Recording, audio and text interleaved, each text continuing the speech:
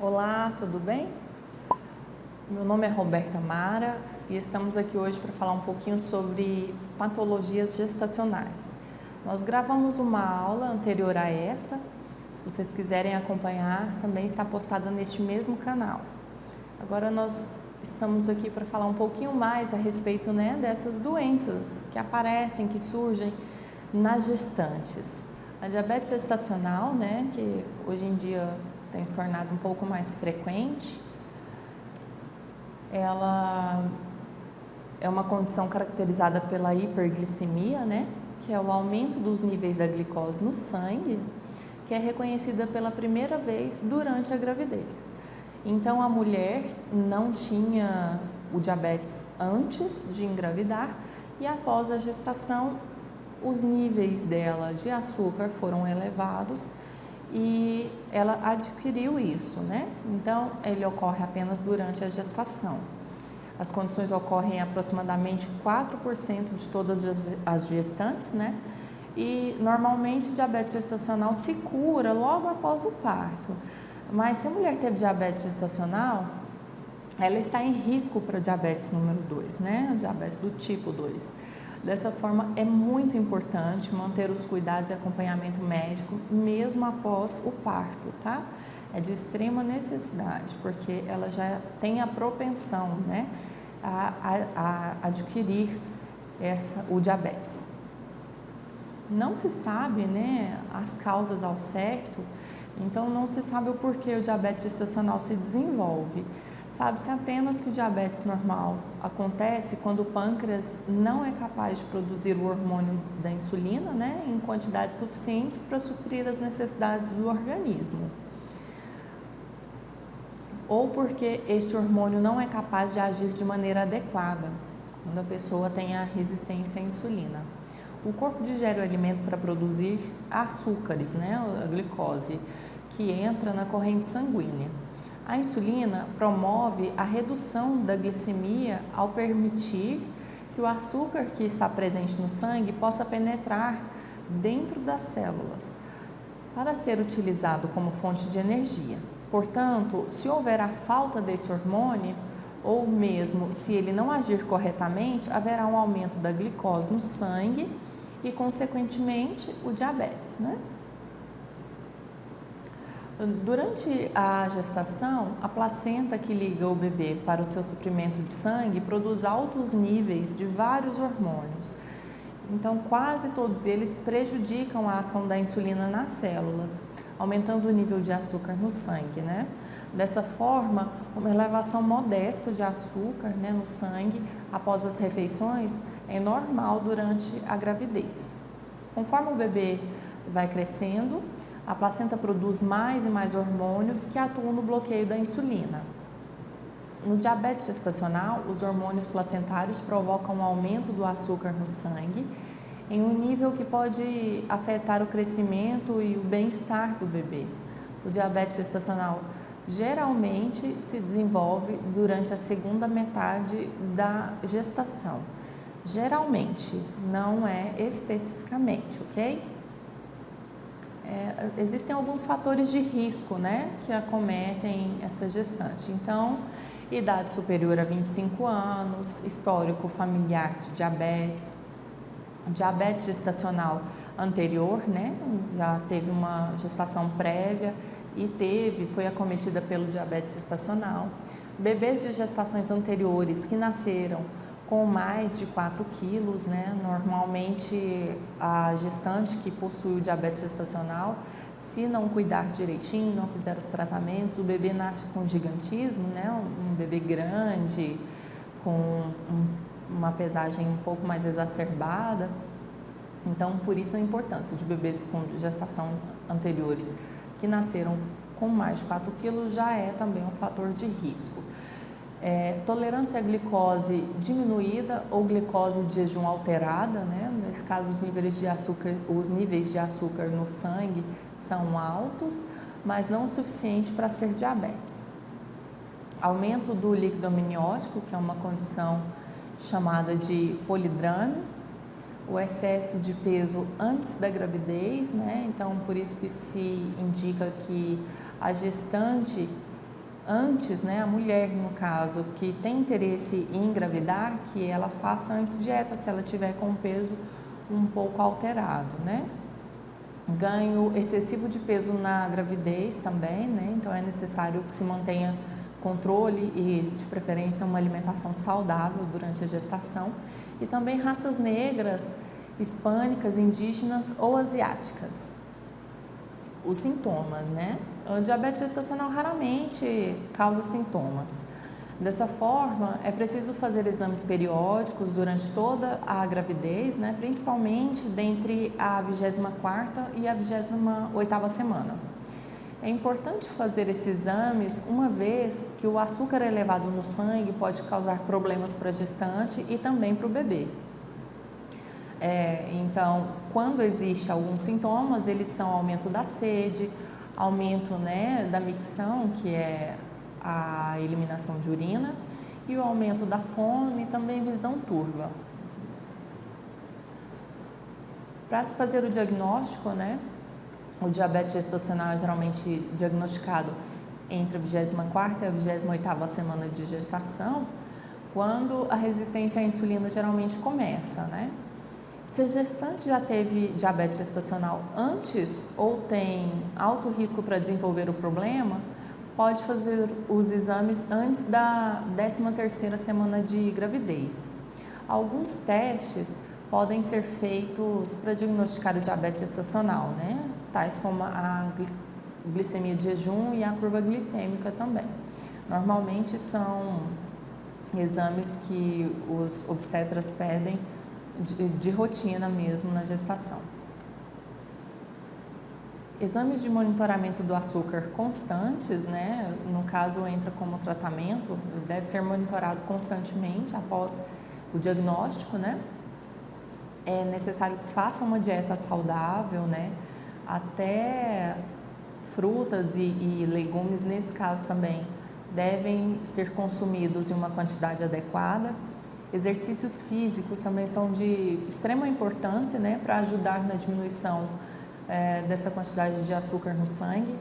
Os medicamentos, quando necessário, né, quando a dieta saudável e também os exercícios físicos não conseguem dar uma progressão melhor para a doença, então é necessário que se entre com medicamentos e o monitoramento cuidadoso do feto, né, é necessário desse acompanhamento também do feto através de ultrassonografia, né, e também das consultas de pré-natal. Existem algumas complicações, né, e a maioria das mulheres que têm diabetes gestacional terão os bebês saudáveis, desde que monitore e controle os seus níveis glicêmicos regularmente. No entanto, o controle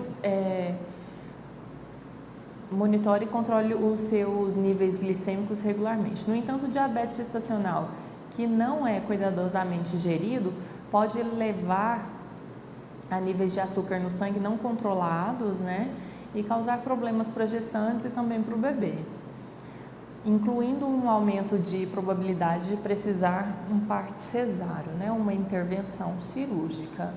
O diabetes gestacional também pode aumentar o risco da mãe em ter pressão arterial elevada, o que leva também à pré-eclâmpsia, né? Como nós já falamos na aula anterior, a respeito da DEG, a doença hipertensiva específica da gestação. E também pode ocorrer, né, diabetes no futuro, como a gente já havia falado, a gestante que tem o diabetes gestacional, ela tem propensão a ter diabetes do tipo 2. As complicações para o bebê, né? O bebê pode ter um risco aumentado de peso excessivo ao nascer, como a gente já havia falado, né? Chamado gigantismo. Nascimento do bebê de forma prematura, a síndrome do desconforto respiratório, hipoglicemia logo após o nascimento também é uma das complicações. Diabetes do tipo 2 também, né? Mais tarde na vida, quando o bebê já estiver um pouco maior. Diabetes gestacional não tratada pode levar à morte de um bebê antes ou logo após o nascimento, né, dessa criança também. Existem as prevenções, como nós já citamos algumas, né? Não há garantias quando se trata de prevenir o diabetes gestacional. mas pode-se adotar hábitos saudáveis durante a gestação para tentar prevenir este problema, né? Como alimentação saudável, exercício antes e durante a gestação pode ajudar a proteger contra o desenvolvimento da diabetes gestacional e perder quilos excessivos também antes da gestação, como nós já havíamos citado.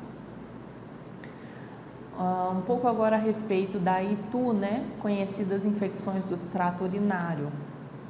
A infecção do trato urinário ela é definida como a invasão, né, uma colonização e propagação de micro-organismos no trato urinário, desde a uretra até os rins, que causa lesões teciduais, né, com graus variáveis no sistema urinário e pode levar a uma diversidade de manifestações clínicas, variando desde uma bacteriúria, né, assintomática, até um abscesso perirenal com sepse. Então, pode ser uma infecção de urina leve, fácil de ser tratada, até uma sepsemia, né, o que pode ocorrer até a morte, se não for tratado. O aumento da incidência, né, da infecção do trato urinário na gestação se deve às mudanças anatômicas e fisiológicas que ocorrem no trato urinário, que por sua vez predispõem ao desenvolvimento da infecção, né? Então, as modificações fisiológicas do aparelho urinário na gestação, o que ocorre, né? A compressão mecânica do útero gravídico, né? Pois tem o peso do feto, da placenta. Ocorre também níveis elevados de progesterona e prostaglandinas, né? A dilatação das pelvis renais e ureteres, né? E detectável a partir da 7ª semana de gravidez. Essa dilatação progride até o momento do parto e retorna às condições normais até o 2º mês do puerpério. Existem as complicações, né, que podem, em decorrência da infecção do trato urinário, as complicações maternas bacteremia, né, de 15 a 20%, septicemia, o choque séptico, né, e como a gente já havia dito, o óbito materno. Se não for cuidadosamente tratado, né, pode ocorrer essas complicações.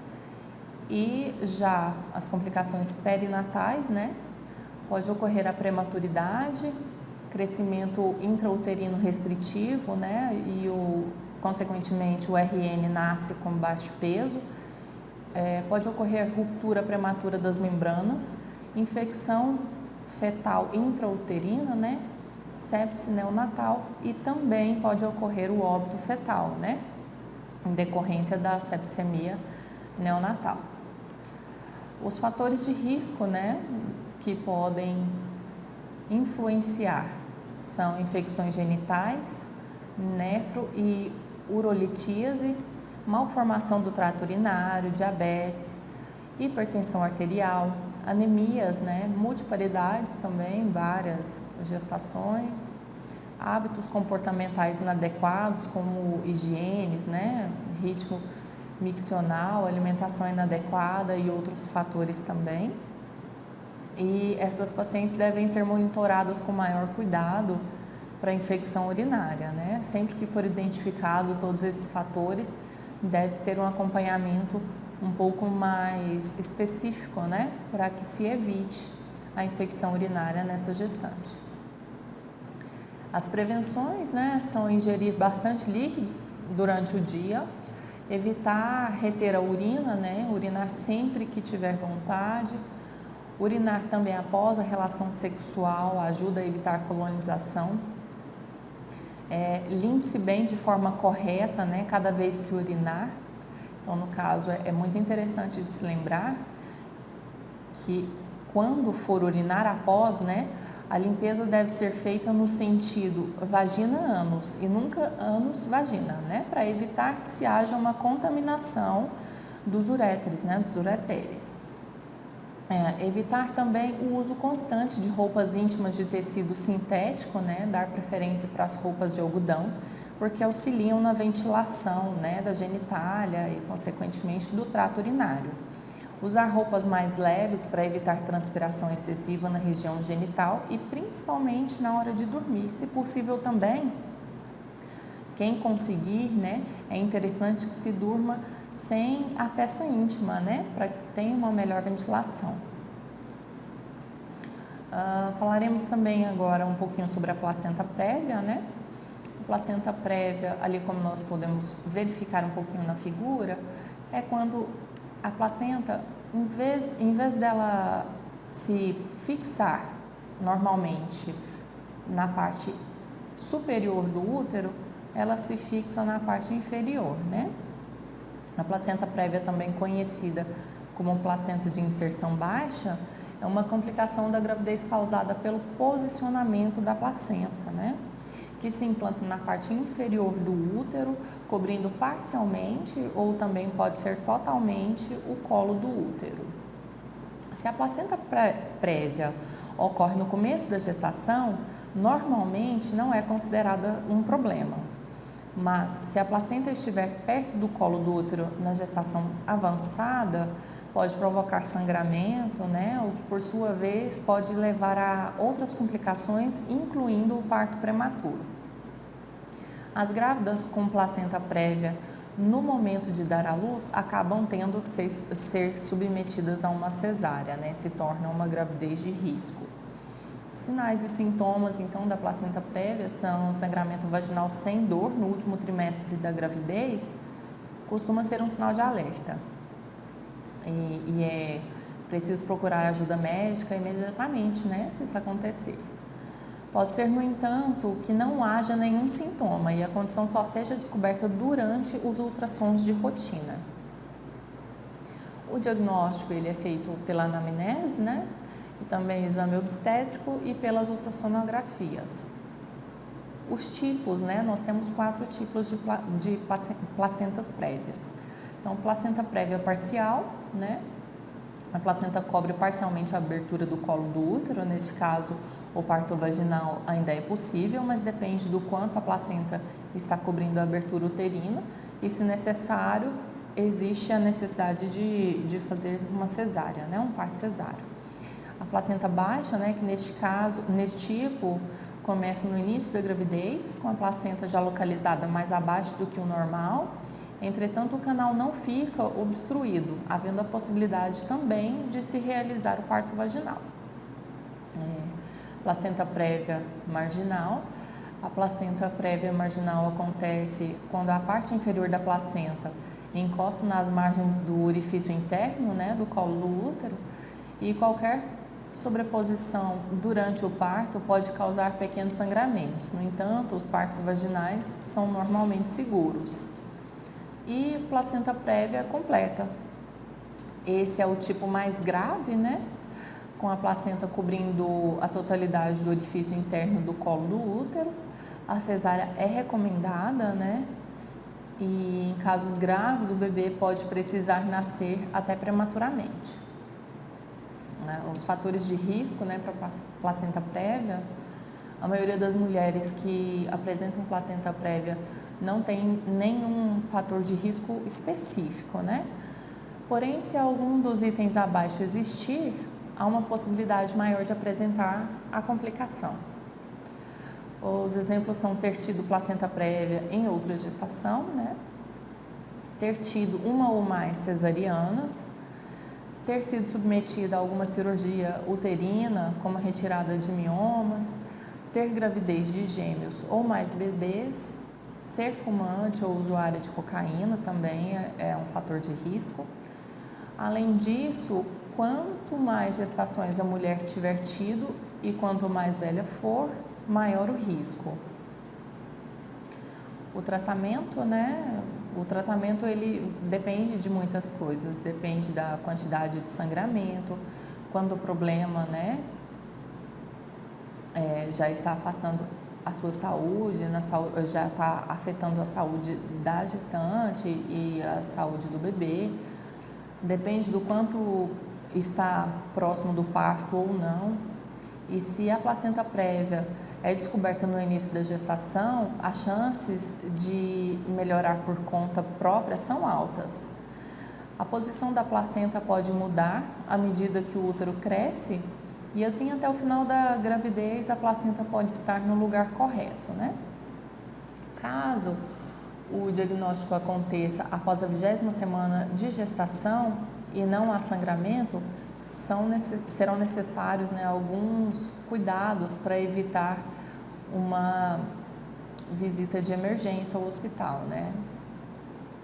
Evitar todas as atividades físicas extenuantes, né? Como corrida, levantamento de peso, agachamento, né? Tem que evitar esse tipo de exercício. Não fazer sexo também, porque pode ocorrer o descolamento, né, da placenta. Procurar ajuda médica de emergência se houver algum tipo de sangramento vaginal. E também se houver algum sangramento, pode ser necessário internação, né? Se a data prevista do parto estiver próxima, pode ser feita uma cesariana de emergência e uma vez que o parto vaginal pode perturbar a placenta e causar hemorragia um pouco mais grave, né? O descolamento prematuro da placenta. Então, nós falamos um pouco a respeito do descolamento prévio, agora estamos falando a respeito do descolamento prematuro da placenta. O descolamento prematuro da placenta ocorre em 0,4 a 1,5 das gestações. Os picos de incidência acontecem entre a 24ª e 26ª semana de gestação. Esse é o pico de incidência.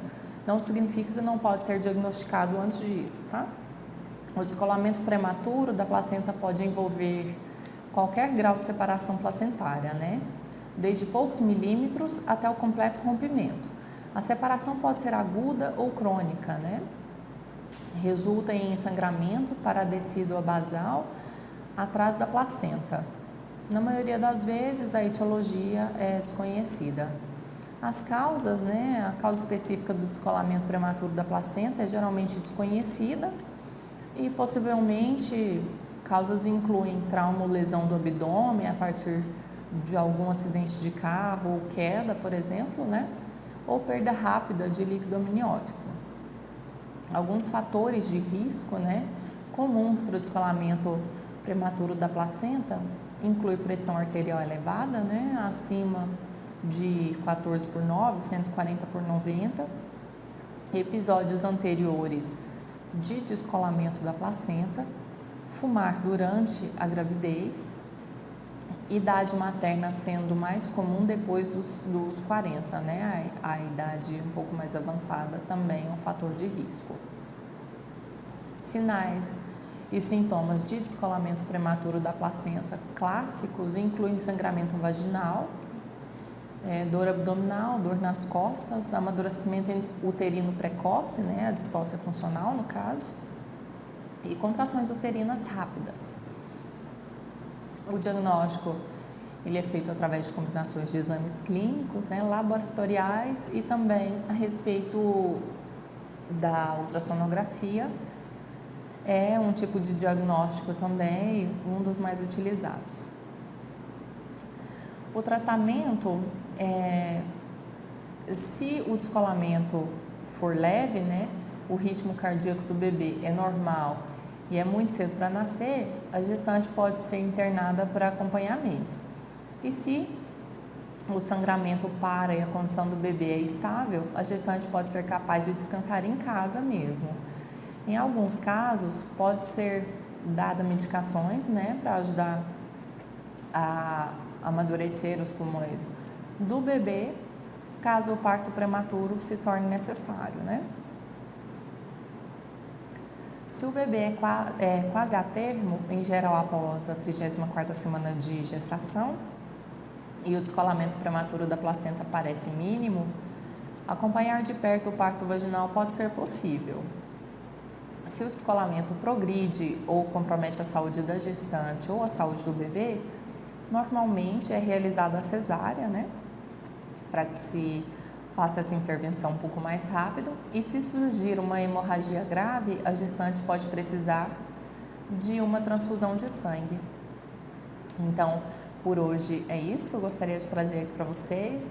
Espero ter trazido algumas informações relevantes e agradeço muito pela companhia de vocês nessa aula. Muito obrigada, até a próxima.